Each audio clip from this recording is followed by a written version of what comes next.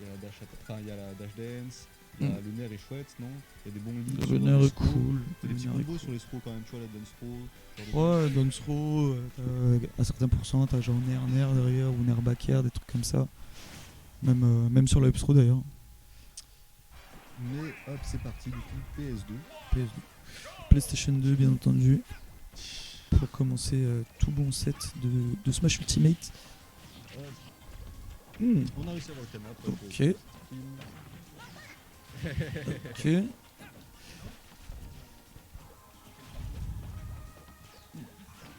Ok, on trouve un multi-jab. La bonne encre aussi, ouais, que j'avais oublié. La bonne encre, c'est d'ailleurs super fort, on n'en parle pas assez, mais plus 50% de dégâts infligés, c'est quand même monstrueux en vrai. C'est genre des paliers d'encre ou c'est à partir du moment où t'as de l'encre sur toi? Je pense que c'est des paliers d'encre. Quand t'es full encre, c'est 50%, et je suppose que c'est.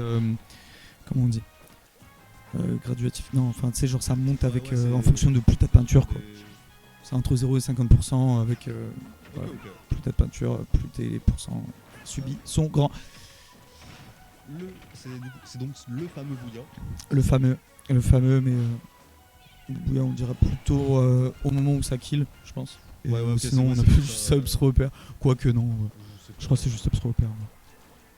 Sacré caster Smash qui reconnaît pas le Bouya. N'est-ce pas? Non mais si tu veux Bouya, Subs repère. Après. Du jeu de Dash Dance. Ouais. Tout ça. Et là les deux joueurs à haut pourcent.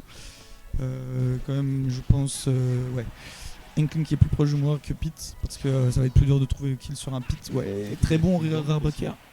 Oui, après ça tu me diras le Bouya qui va pas passer parce qu'on a dépassé la fenêtre, le bon reflect et la très bonne throw sur l'explosion de la grenade pour esquiver les dégâts, et on arrive à confirmer ça en plus derrière Larsis qui a très bien joué son coup là-dessus pour égaliser cette première stock.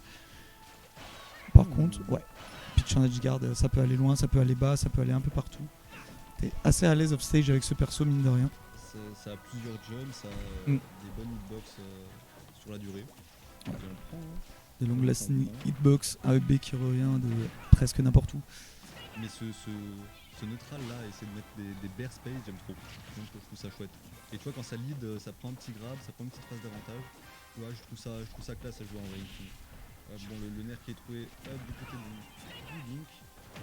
Le down B pour trade le fer et éviter de prendre un peu plus cher sur une phase de désavantage.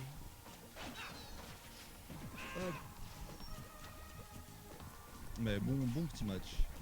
Après, quand même, on se regarde beaucoup dans le neutral, on tente un peu des trucs, on piffe un peu des hitbox, si le 32 tant mieux. Le type de oh, c'est bien joué ça. Ouais. Ouais, sur le désavantage offensif de Xanadu, on vient enterrer ce bon vieux Pete et on le fout dehors. Et du coup, petit lead qui est pris par Larsis, c'est peut-être pas pour longtemps si c'est bon. Toujours rien de concret de son côté. Par contre, on prend multi-jab, on est peinture lurée et on a 20%. Parce que tu vois là, 97%, 111%, qu'est-ce qui tue le Inkling pour Pete? Il va y avoir quoi? Il va y avoir les smash, je pense. Les smash, back arrow ledge, donc voilà, pas ici. Back air tipper bien sûr, side B, voilà, et ledge guard bien entendu. Très bien vu de la part de Xanadu. Ça va chercher bas. Hein. Ouais, mais il fallait la prendre maintenant cette stock parce que plus ça va avancer, plus ça va devenir un écart grand. Donc il vaut mieux éviter d'avoir un écart trop grand, bien entendu. La petite winbox du down B. Ouais, d'ailleurs c'est assez fort ce truc là. Normal tech qui a bien été gâché par le rouleau et le up smash chargé qui va finir par prendre la stock avant les 100% pour l'Arcis. Donc on se met plutôt bien dans cette première game. Ah ouais, mais là t'as vu, en vrai je pense dans cette situation, t'es en tumble au-dessus du ledge, que tu tech ou tu tech pas, ça fait peur quand le mec il se prépare un rouleau. Oui, sauf que contre Inkling il vaut la plupart du temps, pas forcément systématiquement, forcément parce que vous allez vous faire read. Tech-in, c'est très souvent une très bonne option parce que si l'autre rouleau, en fait, on passe à travers, on passe derrière lui. Alors que tech out, tech-in, tech sur place ça se fait prendre, tech out ça se fait prendre, et mistake, tu prends les dégâts du rouleau et la peinture, mais en soi tu meurs pas, tu te fais pas beurrer si tu mistake. Donc c'est pour ça que la tech-in est très généralement la meilleure option. La meilleure option dans ce genre de situation. Par contre, si la Inkling est forte et qu'elle a commencé à voir que vous faites que ça, elle va reculer plus et elle va vous enterrer quoi qu'il arrive. Tu mets toute une toute ta cuisine hein, quand t'as la ride. Et là voilà, tu as un super phase au ledge, là ça prend 54%, ça pousse ce Inkling 2 fois, et là il revient au milieu du stage, là il s'installe un petit peu, il veut plus jamais retourner à l'extérieur du stage parce que ouais, là on l'a vu tout à l'heure, hein, Xanadu il va chercher loin quand il veut prendre sa stock. Ouais. Et là il y retourne, ça lise sur rien du tout, mais voilà, derrière il a rien pris, hein, il a pas pris trop de pourcents, et voilà, hop, il continue de le chasser sur le terrain comme off stage et ça prend la stock. Toujours hein, ces petites plateformes qui sont un régal hein, pour les situations de tech chase quand t'es en dessous. Et voilà, là on rejoue le neutral, hop, on cherche les petits bears du côté d'Inkling, ça se pousse, hop, la throw. Est-ce que ça aide sur quelque chose, le fer qui envoie upstage, hop, met le side B en react qui est très très bien trouvé parce que derrière on arrive à gagner l'interaction et reprendre le neutral, mais le perfect shield. Ouais, et bien puni par grab, on arrive à choper upthrow upper. On gratte les pourcents.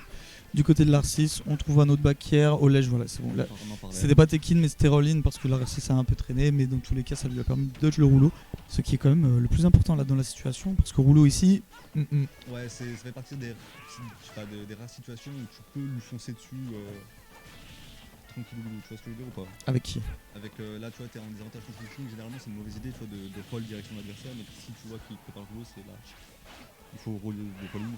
Ouais, bah après j'ai envie de te dire que si t'as le temps de faire une option de mistake, c'est que t'as le temps de normal gallop ou gallop attack sur le rouleau aussi, donc tu me diras pas forcément. Pas forcément ok. Mais bon, on continue là toujours à l'écart qui se creuse petit à petit. Dash hit pour les deux joueurs plus ou moins. En tout cas, très gros lead pour Xanadu qui a 2 stocks d'avance. Ok, parce qu'au pair ça connecte. Ok.